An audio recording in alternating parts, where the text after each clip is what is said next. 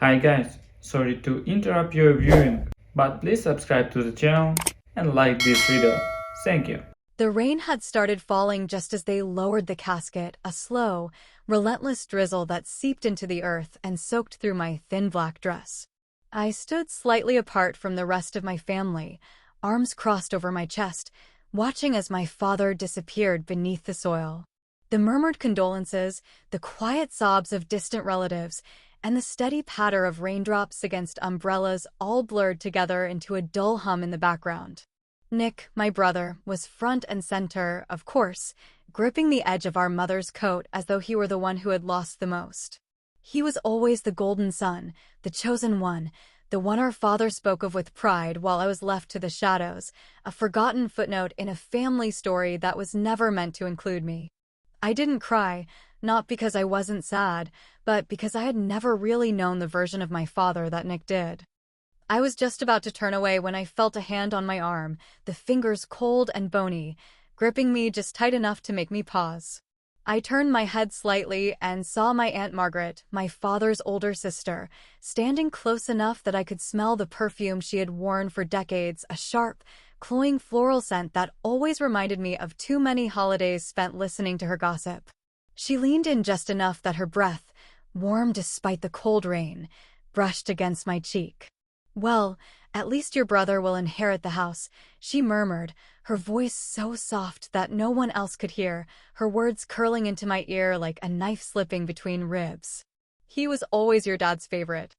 I don't know why it hit me the way it did. Maybe it was the matter-of-fact way she said it, as though it were obvious, as though everyone already knew it, as though my father's favoritism was something we should all accept like the laws of gravity. Maybe it was the way she didn't even seem to consider how it might feel to hear those words spoken so bluntly, standing in front of a fresh grave. Or maybe it was just the confirmation of something I had always suspected but had never wanted to believe. I didn't respond, didn't say a word as I pulled away from her and stepped back toward my car. There was nothing to say, really, nothing that wouldn't sound petty or bitter, or like I was some jealous child who still cared about things that should have stopped mattering long ago. My father was dead, my brother was the favorite, and soon, he would have everything my father left behind. That was the way it was always supposed to be. But less than an hour later, as we all gathered in the lawyer's office, I realized that nothing was going to go the way any of us had expected. The room smelled of old books and furniture polish, the heavy wooden desk in the center giving the entire space a suffocating, imposing atmosphere. Nick was seated directly across from the lawyer, his posture relaxed, one arm draped over the back of his chair like he didn't have a single concern in the world. My mother sat beside him, her hands folded in her lap, eyes still red from crying. I sat toward the end of the table, closer to the window, watching the rain streak down the glass. The lawyer, an older man with a voice like rust scraping against metal, cleared his throat and adjusted his glasses before unfolding the document in his hands. The room went still, the only sound the faint ticking of the grandfather clock in the corner. "As per the last will and testament of Mr. Gerald Carter," he began, his voice measured, professional, his estate, including all financial assets and real estate properties, is to be inherited by. He paused, glancing up over the rims of his glasses, as though he already anticipated the reaction that would come next. "Emma Carter." The silence that followed was absolute. I stared at him, certain I had misheard, certain that he had made some kind of mistake, certain that at any second he would correct himself and say what we had all expected him to say, that everything belonged to Nick. But he didn't. Instead, he shifted the paper slightly, cleared his throat again, and continued reading. Nick's chair scraped against the floor as he pushed it back, his entire body going rigid as the words sank in. His face, previously so smug, so assured, so certain of the outcome, had gone completely white. He turned to look at our mother, expecting her to say something, expecting her to correct what had to be a massive misunderstanding, but she just sat there, stunned into silence. "This has to be some kind of joke," Nick said finally, his voice low and sharp, barely controlled rage simmering just beneath the surface. "You're telling me that my father left everything to her?" He pointed at me like I was some stranger who had walked in off the street, like I was nothing, like I didn't even belong in this room. The lawyer didn't flinch, didn't react beyond a small, weary sigh, as though he had expected this exact outburst. "That is correct," he said simply, placing the will down on the desk in front of him. Nick's hands curled into fists, his breath coming in short, shallow bursts, like he was barely restraining himself from slamming them against the desk. "There's no way," he muttered, shaking his head. "No way Dad would do this. No way in hell." But he had. And for the first time in my life, I wasn't the one being overlooked.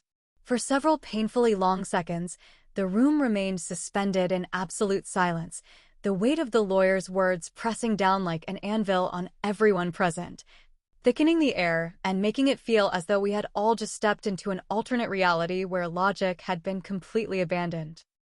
I could feel the eyes of every person in that office shifting toward me, boring into my skin with a mix of disbelief, suspicion, and, in my brother's case, pure, unfiltered rage that was quickly bubbling up and threatening to spill over.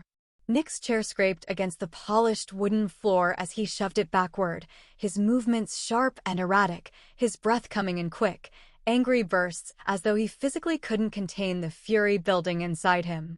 He looked first to our mother, his hands gripping the edge of the table so tightly that his knuckles had gone completely white, his expression demanding an explanation, a justification, a way to make sense of what we had just heard. But she had nothing to offer him, nothing except a shocked, empty stare that mirrored my own, her lips slightly parted, as if she had begun forming words but had forgotten how to finish them. "This is a joke," Nick said finally, his voice low but seething, each syllable vibrating with the barely restrained force of his anger. "This has to be some kind of sick joke." His head snapped back toward the lawyer, his blue eyes, so much like our father's, darkened with something dangerous, something that would have been terrifying if I hadn't spent my entire life learning how to endure his temper. "There's no way in hell my father did this willingly." The lawyer, an older man with thin silver-rimmed glasses that perched at the very tip of his nose, barely reacted to the outburst, his face remaining as neutral and impassive as though he were reading from a grocery list instead of delivering news that had just shattered my brother's reality. With the kind of patience that only came from decades of dealing with situations exactly like this, he methodically adjusted the documents in front of him, cleared his throat, and said, "I can assure you, Mr. Carter, that this is no joke." He tapped the top sheet of paper, his index finger resting on the official legal heading that bore my father's name. "This is your father's final will and testament, signed, notarized, and filed accordingly. The distribution of assets outlined within is entirely valid and legally binding." Nick let out a sharp, humorless laugh that barely resembled anything close to amusement, shaking his head as if refusing to believe what he was hearing, his entire body vibrating with frustration. "There's no way," he muttered, almost to himself, before turning his glare back on me, as though I were the one responsible for all of this, as though I had somehow orchestrated our father's decision from beyond the grave. "You had to have done something," he snapped, pointing a finger at me like an accusation, like an attack, like he was searching for any explanation other than the one that was sitting right in front of him. "You manipulated him, didn't you?" The sheer absurdity of the accusation sent a jolt of something hot and bitter through my chest, and for the first time since stepping into that office, I felt the familiar tinge of anger begin to rise. I scoffed, shaking my head, my lips twisting into something that wasn't quite a smile, but carried the weight of every moment in my life where I had been dismissed, ignored, or treated like I was invisible. "Yeah, Nick," I said, my voice dry, my words dripping with sarcasm. "That sounds exactly like something I'd do. Me, the daughter Dad barely spoke to, the one he spent years pretending didn't exist. Makes total sense." His jaw clenched, his teeth grinding together audibly, but before he could spit out whatever venomous response was forming on his tongue, the lawyer cut in, his tone firm, authoritative, and clearly exhausted by the dramatics unfolding before him. "Mr. Carter," he said, addressing Nick directly, his fingers lacing together as he rested his hands on the desk, I understand that this is unexpected, and I understand that emotions are running high. However, I must emphasize that this will was written and signed by your father in a sound state of mind. There was no coercion, no external influence, and no last-minute changes made under duress. If you require further proof of this, I can provide signed witness statements affirming as much. Nick exhaled harshly, his head dropping for a moment as though he were struggling to rein in the chaos swirling inside him, his breathing erratic, his hands twitching at his sides. "So that's it?" he finally said, his voice quieter now, but no less sharp, his tone laced with something almost hollow.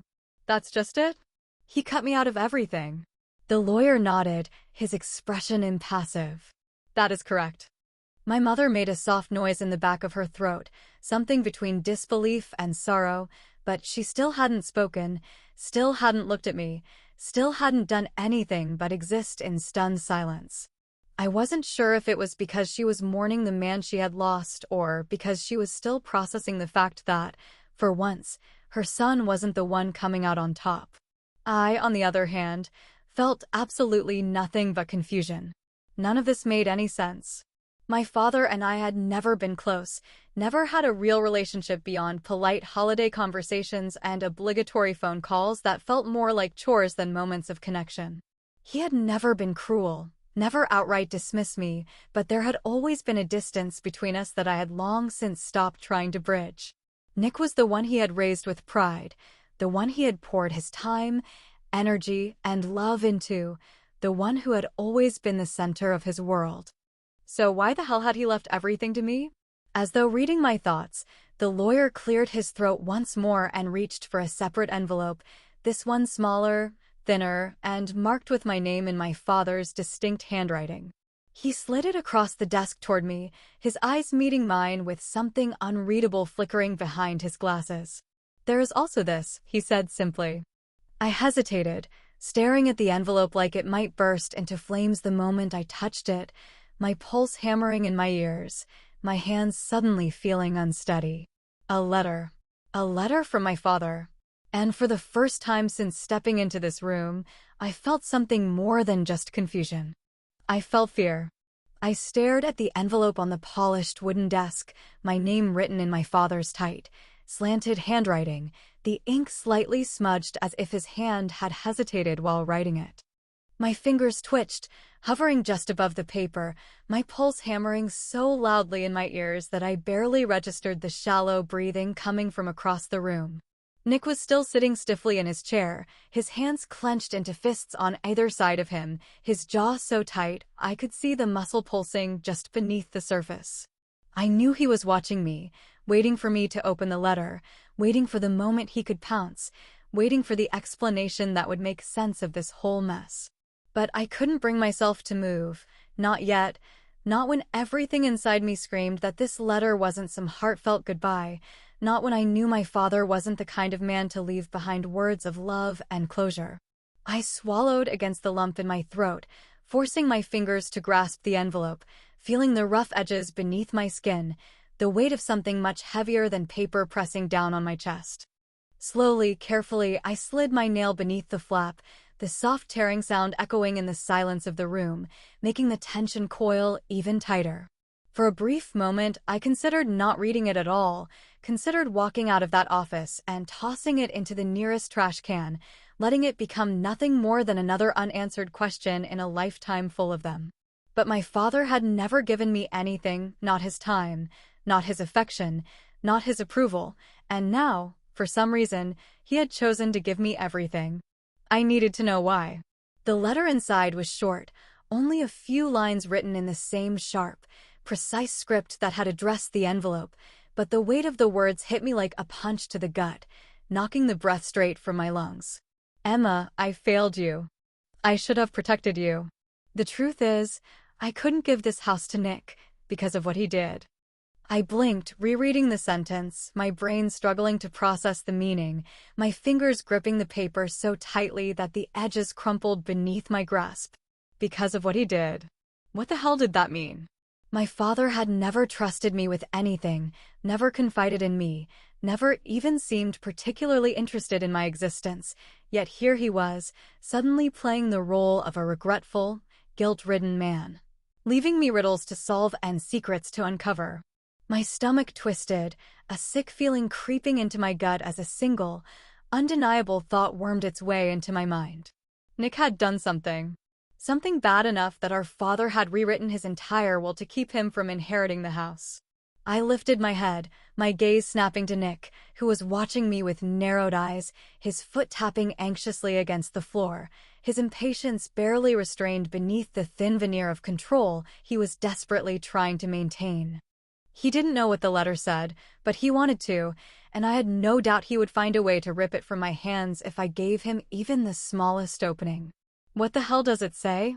His voice was sharp, edged with frustration and something else, something that sounded dangerously close to fear.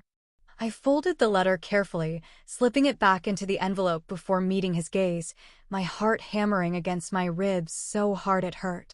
"Nothing you'd want to hear," I said, my voice steadier than I felt, the words rolling off my tongue before I even had a chance to think them through.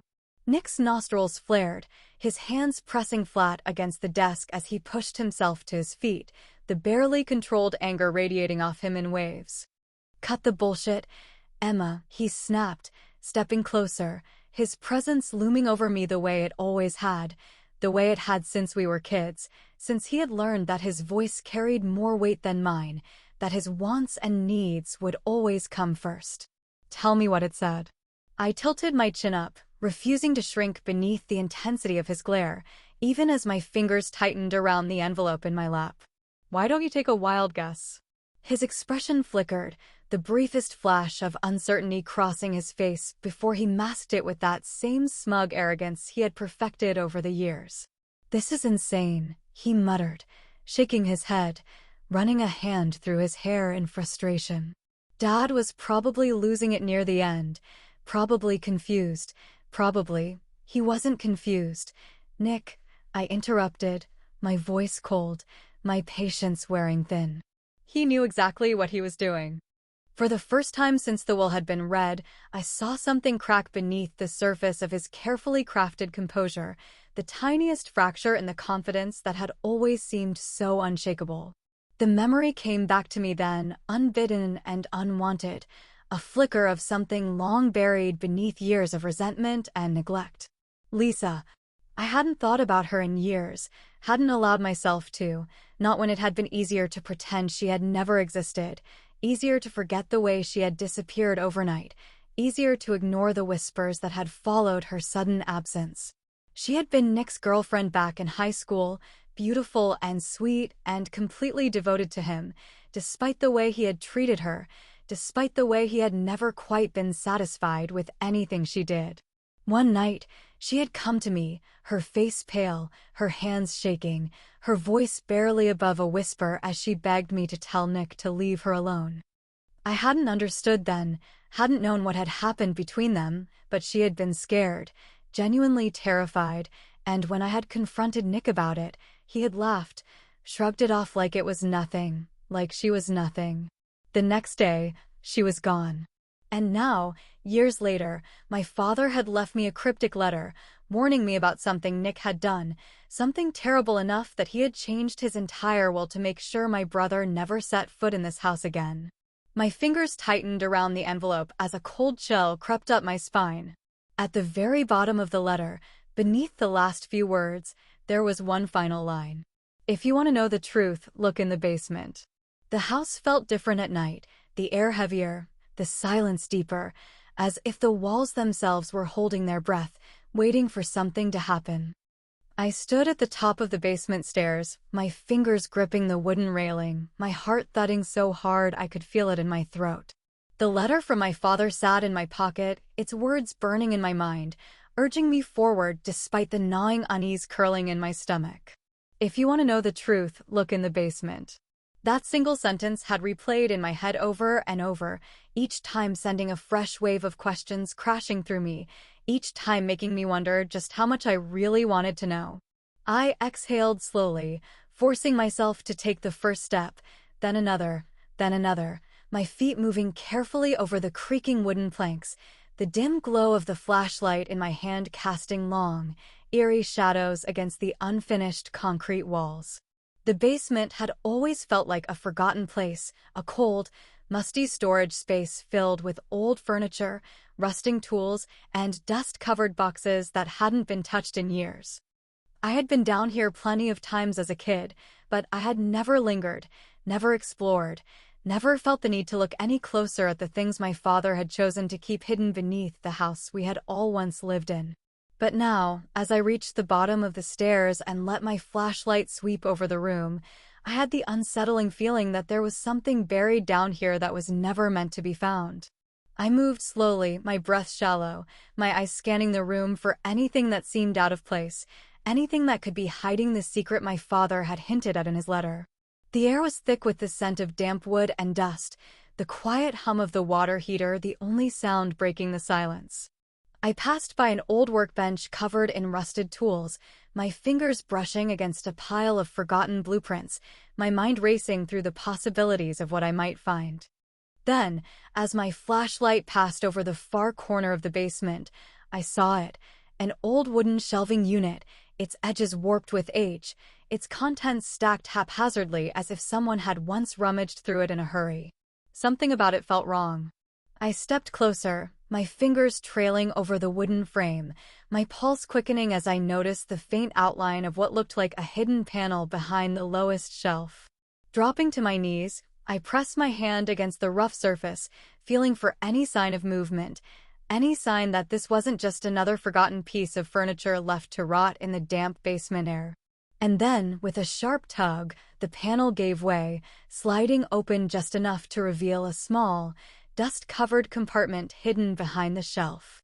My breath caught as I reached inside, my fingers brushing against something solid, something heavy, something that had been carefully tucked away for years. I pulled it out slowly, my flashlight illuminating the object in my hands, a small wooden box, its lid locked shut with a rusted latch, its surface covered in scratches as if someone had tried to pry it open before. With shaking fingers, I flipped the latch, the metal groaning in protest before finally snapping free. The lid creaked open, revealing a stack of folded papers, a torn photograph, and a small silver key resting at the bottom of the box. My heart pounded as I reached for the papers first, unfolding them carefully, my hands trembling as I scanned the familiar, looping handwriting scrawled across the pages. They were letters. From Lisa. The words blurred together for a moment as my mind struggled to process what I was seeing, what I was reading, what had been hidden down here for so long. The letters spoke of fear, of regret, of a secret she had carried alone. Nick won't listen to me. He won't leave me alone. He says it's not his problem, but it is, and I don't know what to do. My breath hitched, my hands tightening around the fragile paper as I read further, my stomach twisting into knots with every word. I thought he would care. I thought he would do the right thing, but he laughed. He said I should disappear, said if I told anyone I'd regret it. Lisa had been pregnant. With Nick's child. And then she had vanished. I clutched the letters to my chest, my mind spinning, my pulse hammering, my entire body shaking with the realization of what I had just uncovered. Had my father known? Had he tried to protect her? Had he tried to make things right in the only way he knew how? My hands moved to the torn photograph, my breath catching as I recognized Lisa's face, younger, smiling, standing beside a boy I didn't recognize, a boy with dark hair, familiar blue eyes, and a striking resemblance to my brother. Nick had a son, and he had abandoned him. The key at the bottom of the box glinted in the dim light, its shape oddly familiar, its purpose unknown. I stared at it for a long moment before realization struck me like a lightning bolt. My father's study. The locked safe behind the old painting. I needed to get upstairs. But before I could move, before I could even process my next step, a loud crash from above made me freeze, my blood turning to ice in my veins. Footsteps thundered down the stairs, heavy and fast, and then Nick was standing in front of me, his face twisted in fury, his eyes wild, his breathing ragged as he took in the scene before him, the open box, the letters in my hand. The truth laid bare in the dim glow of my flashlight. "What the hell do you think you're doing?" he demanded, his voice shaking with something that wasn't just anger, but something deeper, something closer to panic. I rose slowly, my hands tightening around the letters, my heart slamming against my ribs as I met his gaze head-on. "You tell me," I said, my voice cold, unshaken, steady. Nick's face contorted, his entire body tensing as if he was ready to lunge forward, ready to rip the truth from my hands, ready to erase whatever evidence I had just uncovered. "Dad was a liar," he spat, his voice venomous, his hands clenched into fists. "And you don't deserve that house, you don't deserve anything, just stay out of things that don't concern you." But he was wrong. Because this had everything to do with me now. And I wasn't going to stop until I knew the whole truth. The house was silent when I finally made my way up the stairs, my fingers still curled around the small silver key, my mind racing through every possibility, every dark, tangled thread that had led to this moment. Nick was still downstairs, pacing furiously in the basement, muttering to himself, probably trying to figure out how to spin this situation into something he could control. But he couldn't control this, not anymore. I had the letters. I had the photo. I had the truth sitting heavy in my hands, and now I had the one thing that could end this once and for all. I walked down the long hallway toward my father's study, the weight of what I had discovered pressing into my chest like a stone, making it harder to breathe with every step. The room smelled exactly the same as it always had: old leather, fading cigar smoke, the faintest trace of cologne lingering in the air as though my father had only just stepped out. The heavy wooden desk sat in the center of the room, the bookshelves lining the walls filled with dusty legal texts and old business records, every inch of the space carefully arranged, meticulously maintained, as if my father had needed control over at least one part of his life. But my focus wasn't on the desk or the books or the perfectly placed family photos that never included me. I turned toward the painting above the fireplace, my father's favorite, a stormy seascape, dark waves crashing against jagged rocks, the kind of thing that always felt more ominous than beautiful.